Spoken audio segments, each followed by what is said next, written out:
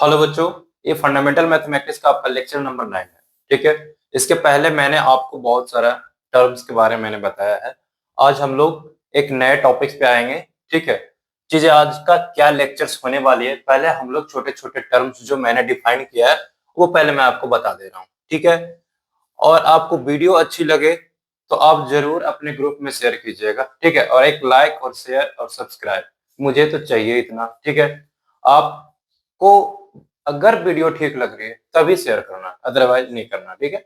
चलो, यहाँ पे क्या होने वाला है, फर्स्ट टॉपिक हमारा है कांस्टेंट है, फिर आर्बिट्री कांस्टेंट स्टडी करेंगे, फिर हमारा पैरामीटर है, फिर हमारा क्या है, वेरिएबल्स के बारे में स्टडी करना है।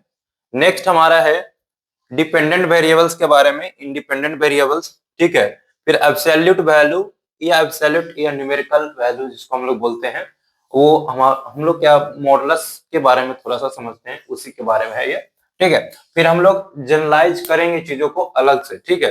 अभी जो है हम लोग छोटे छोटे टर्म्स जो है सेंटेंसेस में यूज होते हैं, उन सारे का मतलब समझने की कोशिश करते हैं। ठीक है। चलो, हमारा फिर है टर्म है, ये एक्सप्रेशन है, इक्वेशंस है, कंडीशनल स्टेटमेंट रहेगा, हाइपोथेसिस है, कंक्लूजन है, कन्वर्स है, एंड बस आज के लिए इतना ही है। चलो हम लोग देखते हैं, सीधे टॉपिक्स पे आते हैं। हमारा फर्स्ट टॉपिक है कांस्टेंट। आप लोग क्लास 8 9 में ही या 7 में सुने होंगे कांस्टेंट क्या होता है, वेरिएबल्स क्या होता है। तो कांस्टेंट जनरली आप लोग जानते हो कि जो हमारे पास डिजिट होता है वो हमारा कांस्टेंट होता है ना। या नंबर्स, रियल नंबर्स हो या फिर हमारा कॉम्प्लेक्स नंबर हो, वो हमारा कांस्टेंट होता है। बट कॉम्प्लेक्स नंबर में जो इमेजिनरी नंबर आती है उसमें बड़ा और छोटा की बात नहीं होती है। ठीक है। तो आप उसे कांस्टेंट कंसीडर नहीं करके चलोगे। ठीक है, 100%। आप जो है रियल नंबर्स पे भी हम लोग बात कर रहे हैं। ठीक है। अभी देखो, तो कांस्टेंट में क्या होता है, a fixed value in a given situations और अ गिवन कंडीशंस। चाहे वो आपका फिक्स वैल्यू आपके सिचुएशंस के अकॉर्डिंग कंसीडर किया गया हो या फिर आपका जो गिवन कंडीशंस हो उसके अकॉर्डिंग हो।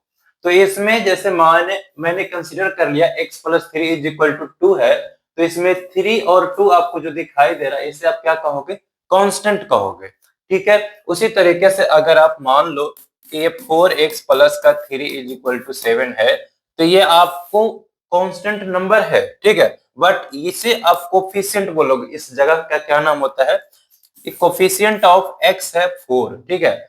और ये हमारा कांस्टेंट नंबर है। ओके। आगे हमारा है आर्बिट्री कांस्टेंट। कांस्टेंट के बाद आर्बिट्री कांस्टेंट। आर्बिट्री कांस्टेंट क्या कहता है, ठीक है, आपके अकॉर्डिंग कंसीडर किया गया नंबर्स जो होता है वो आपका आर्बिट्री कांस्टेंट होता है। ठीक है। जैसे यहाँ पे डिफिनेशंस क्या कहा जा रहा है, an arbitrary constant is a constant whose value could be assume. ठीक है। आप जो है एज्यूम करोगे to be anything which not depend on variables, variables पे वो डिपेंड नहीं कर रही है चीजें।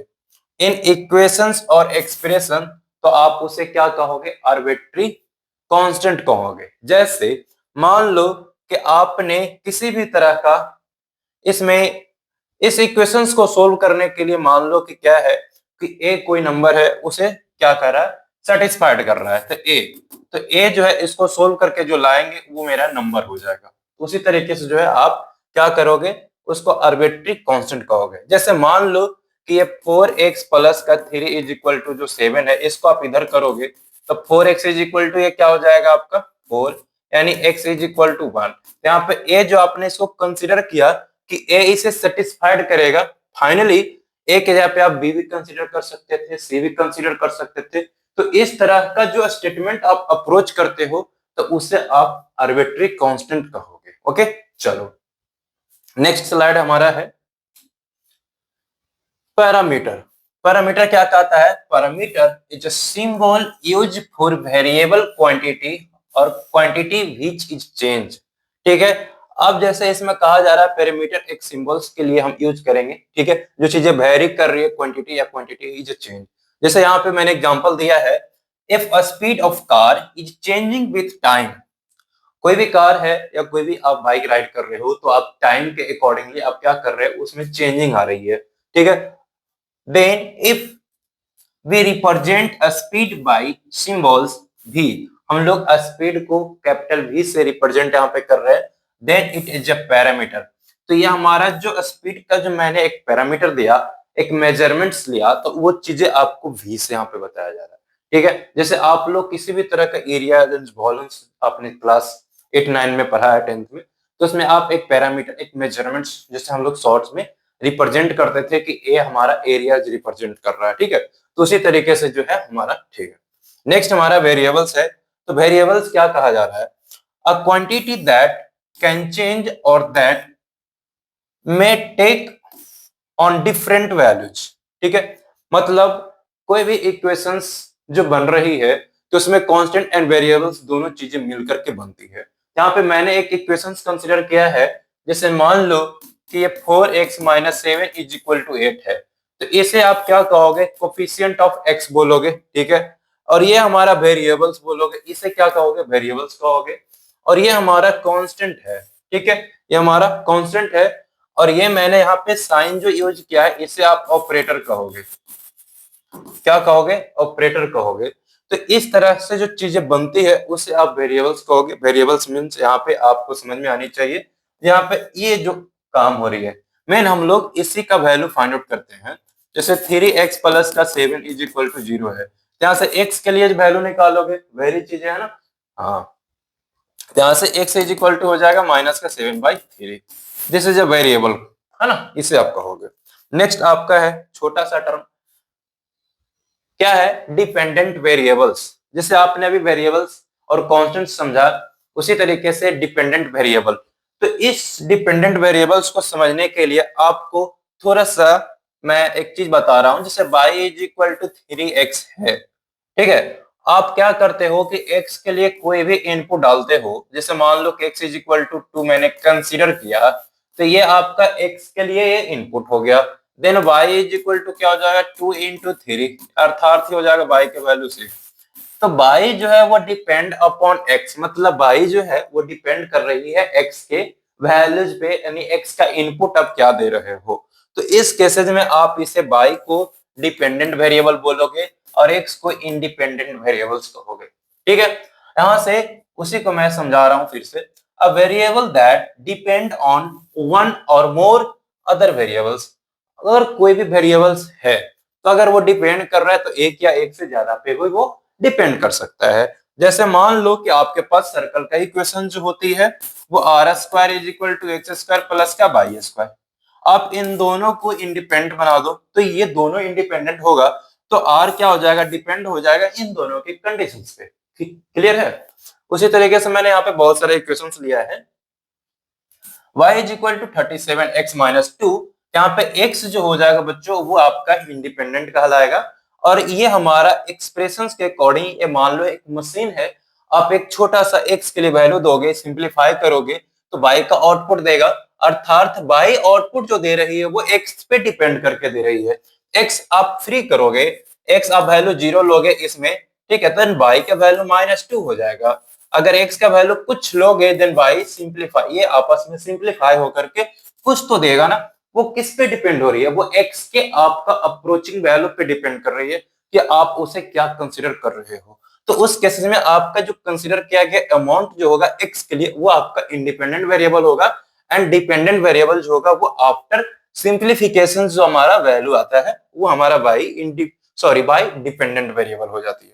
इसी तरीके से मैंने x is equal to 1 minus t square, तो यहाँ पे t आप इंडिपेंडेंट है, आप t के लिए कुछ भी वैल्यू एज्यूम कर सकते हो, एंड अगेन आफ्टर सिंप्लीफाई जो वैल्यू आने वाली है वो x की आने वाली है, तो वो x किस पे डिपेंड कर गया, t पे डिपेंड कर गया। इस केसेस में आप x को क्या बोलोगे, डिपेंडेंट, एंड t को इंडिपेंडेंट। सिमिलरली ये दो चीजें वैसे ही काम कर रही है, क्या है, x² प्लस y²। तो यहाँ पे x² और y² अर्थात x एंड y ये दोनों जो दोनों है वो क्या है, इंडिपेंडेंट है, किसके लिए, z के लिए। तो यहाँ पे z क्या हो जाएगा बच्चों, यहाँ पे z डिपेंडेंट हो जाएगा, x एंड y इंडिपेंडेंट हो जाएगा। उसी तरीके से आप नेक्स्ट स्लाइड देखोगे। ठीक है, नेक्स्ट हमारा क्या है, आपका इंडिपेंडेंट वेरिएबल। ठीक है, इंडिपेंडेंट वेरिएबल्स क्या कहा जा रहा है, समझते हैं इसे। A variable in an equations that many have its value freely chosen without considering value of any other variables. आप इंडिपेंडेंट वेरिएबल्स को मैंने अभी समझाया कि आप x के लिए जो है किसी भी तरह का वैल्यू डाल रहे थे, जैसे समझोगे y is equal to 3x minus का 2 है ना। यहाँ पे जो भी चीज है 37x माइनस का 2 है, यहाँ पे x के लिए जो वैल्यू आप जो चूज कर रहे हो, कंसिडर जो कर रहे हो, क्या वो किसी वेरिएबल्स पे वो डिपेंड होने के करार पे है, या डिपेंड होने की संभावना है, या डिपेंड जैसा मन में फीलिंग आ रही है, नहीं आ रही है। आपको x के लिए फ्रीली, आप आजाद हो, फ्रीडम हो, आप इंडिपेंडेंट हो, किसी भी तरीके से x का वैल्यू आप कुछ भी दे दो, देन ये आफ्टर सिंप्लीफिकेशन जो है y का आउटपुट देने वाला है। ठीक है, तो इसी चीज को मैं यहाँ पे समझाया है। A variables in an equations that many have its value freely chosen, है ना, without considering value of any other variables. ठीक है, क्लियर होगा यहाँ पर। करस्पॉन्डिंग का मतलब क्या होता है, जैसे एक चीज समझोगे आप, क्या होता है, जैसे आपके पास जो है मैंने कंसीडर किया 3x प्लस का y। ठीक है, तो इस तरीके कुछ चीज को हम लोग एक्सप्रेशन बोलेंगे। तो करस्पॉन्डिंग बोलने का मतलब है यहाँ पर हम लोग जीरो जनरली कर देते हैं, या फिर इसी के अकॉर्डिंग दूसरे भी टर्म्स को हम लोग जीरोज करते हैं। करस्पॉन्डिंग टू फ्यूचर्स, है ना, टू फ्यूचर्स यहाँ पे क्या है, that are situated the same way in a different object. ठीक है, डिफरेंट ऑब्जेक्ट्स को क्या करोगे, सेम वे में लेके चलोगे। Second term of this, second term of this, है ना, corresponding term this are same. इसका मतलब क्या कहा जा रहा है कि 2x plus 3 is equal to 0 है, ऐसे भी कह सकते हो, या फिर 5x plus 7 is equal to 0 भी कर सकते हो। ठीक है, वही मैंने किया है। अबसर्ड कंडीशन जैसे चीजों को क्या करता है, अबसर्ड मतलब हो जाता है आपका कहने का कोई तत्पर नहीं निकलता हो, विदाउट लॉजिकली अब बात कर रहे हो, है ना। अब यहाँ पे जैसे इस चीज को मैंने बताया बेतुका, है ना, फालतू चीजें हैं। अब 0 को मैंने 1 के बराबर किया तो अबसर्ड कंडीशन आ गया, है ना। जैसे हम लोग मैथमेटिक्स को सिंप्लीफाई करते हैं कोई भी क्वेश्चंस को, तो कभी कभी चीजें क्या है, लेफ्ट हैंड राइट हैंड अलग अलग चीजें आ जाती है। तो उस केसेस में हम लोग क्या कहेंगे, उसको अबसर्ड कंडीशंस बोलेंगे, ये चीजें सही नहीं हो रही है। लॉजिकली कंडीशन, है ना, कंट्राडिक्टरी, है ना, लॉजिकली क्या है, वो कंट्राडिक्टर हो जाता है, कंट्राडिक्शन आ जाता है, वो चीजें नहीं हो पाती है। ठीक है, नेक्स्ट आपका एब्सोल्यूट वैल्यू और मैग्नीट्यूड और न्यूमेरिकल्स वैल्यू, या फिर इसी को हम लोग बोलेंगे मॉडुलस आगे के। ठीक है, हम लोग स्पेशल पढ़ेंगे मॉडुलस फंक्शंस के बारे में जब फंक्शन स्टार्ट करेंगे then. Okay, makes a negative numbers positive. आपको क्या करता है, एब्सोल्यूट वैल्यूज या मैग्नीट्यूड या न्यूमेरिकल वैल्यू, सिंपल ये नेगेटिव नंबर्स को भी ये पॉजिटिव करता है। हम लोग थोड़ा सा इसे ग्राफ से समझते हैं। जैसे मान लो कि इसने -2 अगर लिया है, तो ये दो वर्टिकल लाइन आप ऐसे दे रहे हो, तो इसे आप मॉड बोलोगे। ठीक है, mod of -2 is equal to 2। इसका मतलब समझते हैं, ये सिंपल कहा जा रहा है कि -2, देखो कभी भी डिस्टेंस नेगेटिव नहीं होती है। ठीक है, तो इसका मतलब साफ साफ ये है कि distance from origin to unit, ठीक है, या -2 यूनिट बोलोगे, देन आपको डिस्टेंस कभी नेगेटिव होती नहीं है। तो इस केसेस में क्या हो जाएगी, आपको पॉजिटिव लेना पड़ेगा। इसलिए मैंने एग्जांपल्स लिया है वैल्यू ऑफ, है ना, एब्सोल्यूट वैल्यू ऑफ -6, देन ये हो जाएगा 6। आपका absolute value of 8 is equal to 8, यानी पॉजिटिव है देन पॉजिटिव, अगर नेगेटिव है तो पॉजिटिव भी, है ना, अगर जीरो है तो जीरो ही रह जाएगा। एक्सप्रेशंस का मतलब क्या कहा जा रहा है, समझना आप लोग। एनी मैथमेटिकल कैलकुलेशन, है ना, एनी मैथमेटिकल कैलकुलेशंस और फॉर्मूला, ठीक है, कंबाइनिंग नंबर्स एंड, या फिर वेरिएबल्स को बात करोगे। ठीक है, कहा जा रहा है क्या, एक्सप्रेशन तभी आपका बनेगा जब आपका मैथमेटिकल कैलकुलेशंस या फॉर्मूला आपको कंबाइन किया जा रहा है ना, नंबर्स के साथ। देन आप उसे क्या करोगे, या फिर वेरिएबल्स भी आपके साथ लगा हुआ है, यूजिंग, क्या कहा जा रहा है आपका, अर्थमेटिक ऑपरेशंस और सम अदर मैथमेटिकल ऑपरेशन है ना, ऑपरेटर या ऑपरेशन भी बोल सकते हो, एक्सप्रेशन में नॉट कंटेन इक्वल दिस है ना। आपको एक्सप्रेशंस में ये वाला सिंबल जो है आपको कंटेन नहीं होनी चाहिए। Okay, any type of inequality, या फिर आपको ये सिंबल्स के साथ साथ आपके पास दो इनइक्वालिटी है, greater than and less than के लिए, ये तीन तरह का चीजें जो है आपको कंटेन नहीं होनी चाहिए।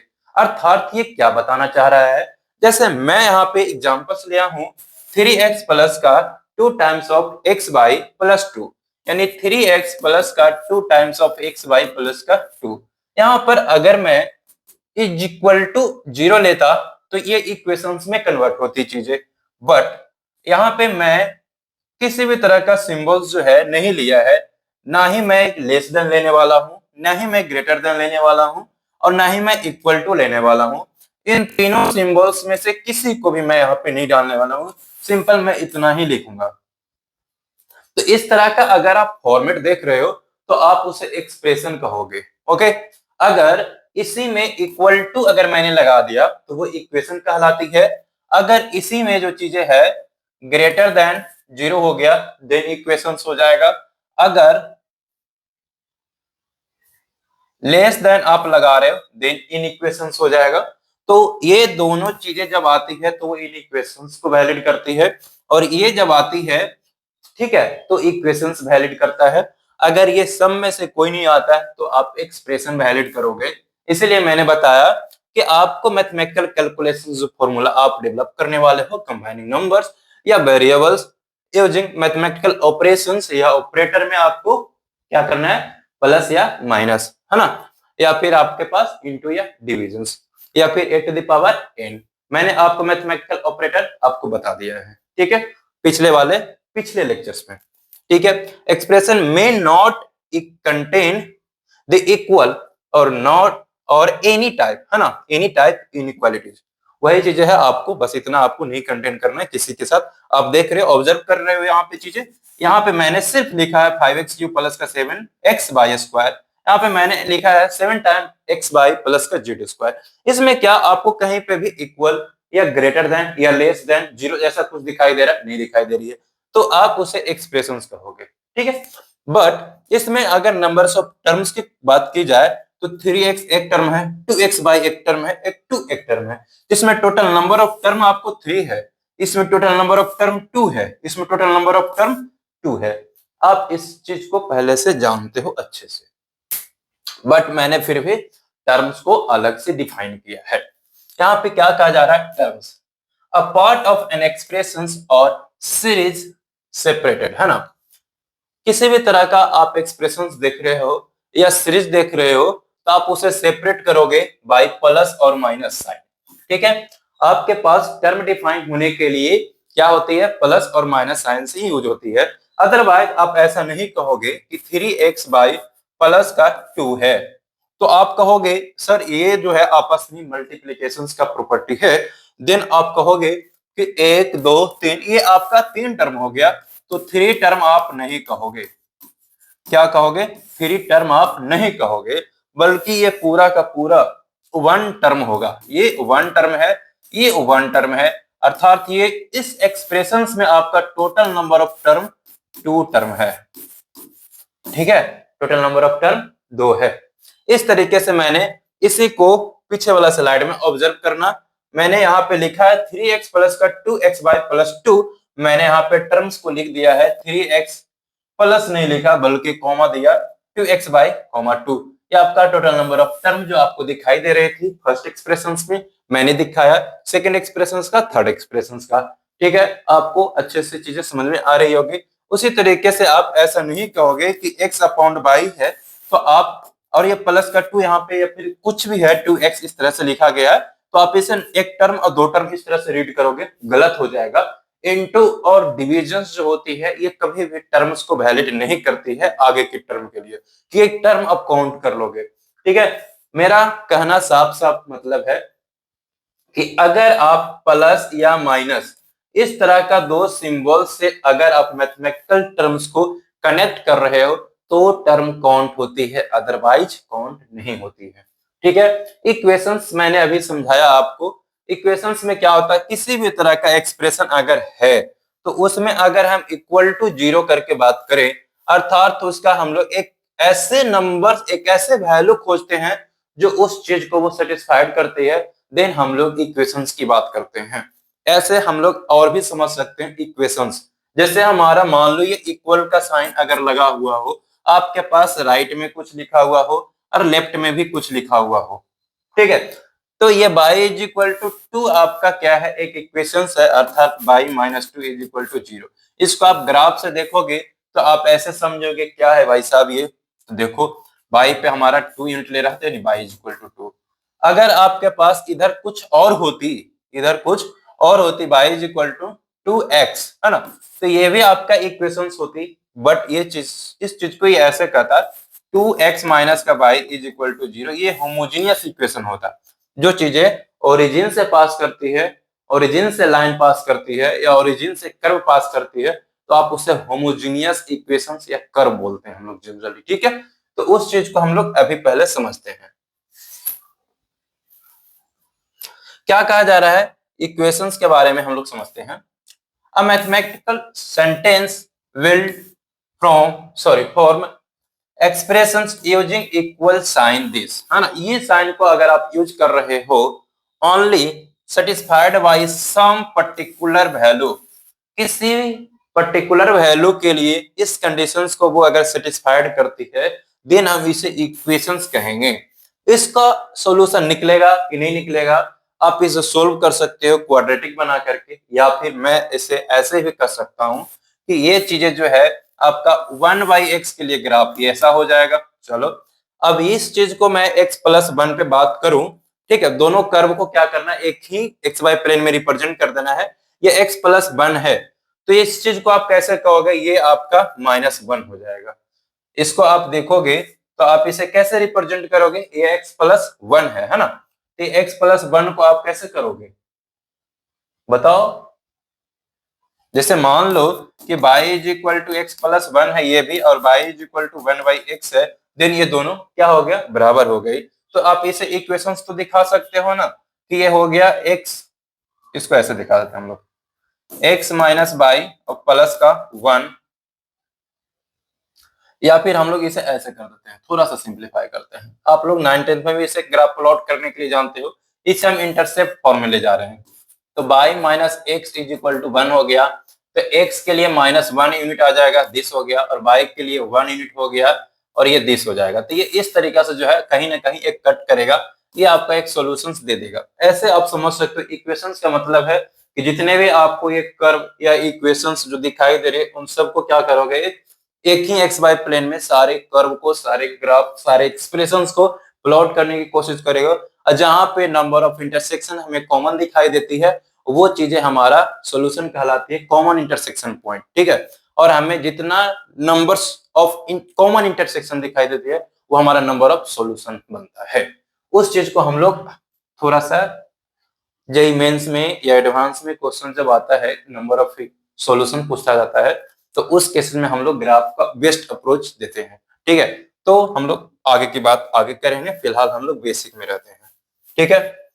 ये चीज के बारे में ग्राफ को ट्रेस करने के लिए भी सिखाएंगे, 1/x का ग्राफ वैसा कैसे हो गया, आप खुद भी ट्रेस कर सकते हो, कोई बड़ी चीज नहीं है। जैसे ये है 3/-4x इज इक्वल टू 1 है, ओके, तो इसे भी आप सोल्व करोगे, कहीं ना कुछ तो वैल्यू देगा ही देगा ना। चलो नेक्स्ट हमारा है कंडीशनल स्टेटमेंट।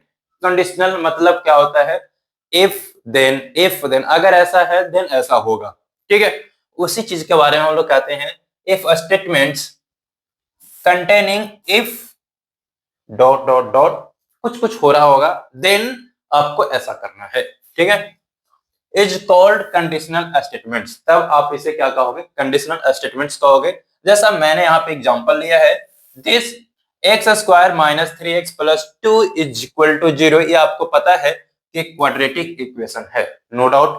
चलिए, then its roots are x is equal to 1 and 2। जैसा मैंने यहाँ पे समझाया आपको कि अगर x square minus 3x plus 2 ये अगर क्वाड्रेटिक इक्वेशन है, देन ये सॉल्यूशन हमारा क्या करेगा, कहाँ पे सेटिस्फाइड कर रहा है, 1 एंड 2 पे ये ब्रेक हो जाएगा, है ना, सेटिस्फाइड कर जाएगा।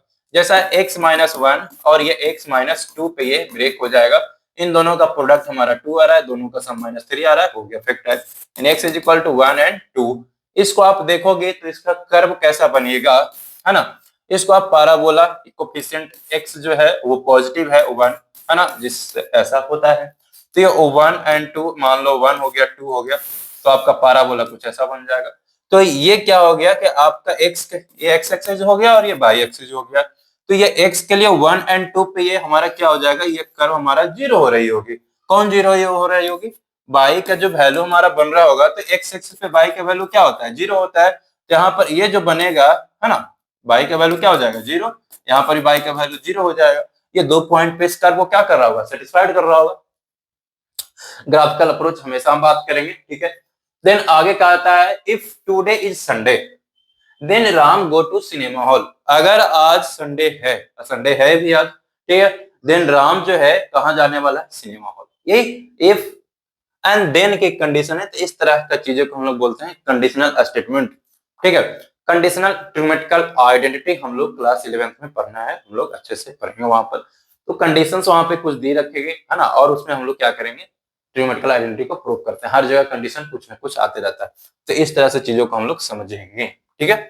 हाइपोथेसिस क्या होता है, किसी चीज को हाइपोथेटिकल मतलब कल्पना करना, बट होता वैसा है नहीं, है ना। अब इस चीज को कैसे कहते हैं, sentence after after if and before, यदि या के पहले, है ना, देन इन कंडीशनल स्टेटमेंट, ठीक है। जैसा इसमें क्या कहा जा रहा है, x square minus 3x plus 2 is equal to 0 is a quadratic equation is a hypothesis, ठीक है। ये इक्वेशंस है, आपको एक नाम दिया, आपने हाइपोथेसिस किया, आपने सोचा ऐसा कि चलो भाई ये क्या है, क्वाड्रेटिक इक्वेशंस है, आपने हाइपोथेसिस किया चीजों पे, ठीक है। नेक्स्ट आगे उसी तरह से अगर x cube plus something something is equal to 0 मैंने लेता तो उसको क्यूबिक इक्वेशन डाल देता ना। Today is Sunday is hypothesis, आपने ये कल्पना की, चलो आपने ये कंसीडर किया या फिर आपको पहले से ये चीजें डिफाइन किया गया है, हाँ ठीक है, हाइपोथेसिस चीजें है। कैलकुलेशंस क्या होता है, चलो समझते हैं। Sentence after then in conditional statement, ठीक है। क्या कहा जा रहा है, कंक्लूजन आफ्टर देन। जैसे मैंने एक इक्वेशंस को आपने अभी बताया कि ये एक्स स्क्वायर माइनस का 3x प्लस का 2 इज इक्वल टू 0, इसको मैंने क्या किया, सिंप्लीफाई किया। देन आफ्टर मैंने बात किया, कंक्लूजन निकला कि ये एक पैराबोला है ना, और वो जो है अपवर्ड पैराबोला है, और एक्स एक्सिस को राइट साइड में 1 एंड 2 यूनिट पे ये क्या कर रहा है, उस पैराबोला को कट कर रहा है, यानी टच कर रहा है, सेटिस्फाइड कर रहा है। टच तो करेगा नहीं, कट कर रहा है ना। ये टच का मतलब अलग चीजें होता है, ये आपका 1 एंड 2 पे कर रहा था, कर रहा था नहीं कर रहा था, x axis and y axis, कोई दिक्कत है नहीं। तो इस तरह का चीजों को जो है आप क्या कहोगे, कंडीशनल स्टेटमेंट्स। यहाँ पे क्या कहा जाए, फॉर एग्जांपल मैंने एग्जांपल वही दिया था, its roots are 1 and 2, Ram go to cinema hall. तो कंक्लूजन क्या निकला, फाइनली उसी चीज पे हम लोग बात करते हैं, ठीक है। कन्वर्स का मतलब क्या होता है, इस पे हम लोग समझते हैं। Statements formed by interchange, hypothesis या conclusions of conditional statements, ठीक है। ये कन्वर्स हो रहा है, क्या हो रहा है, कन्वर्स का मतलब it is called its converse, है ना। यहाँ पे सिंपल भाषा, सिंपल शब्द में कहा जा रहा है कि स्टेटमेंट्स फॉर्म बाय इंटरचेंज, आपको क्या करना है, फॉर्म को इंटरचेंज करना, हाइपोथेसिस एंड कंक्लूजन्स, है ना,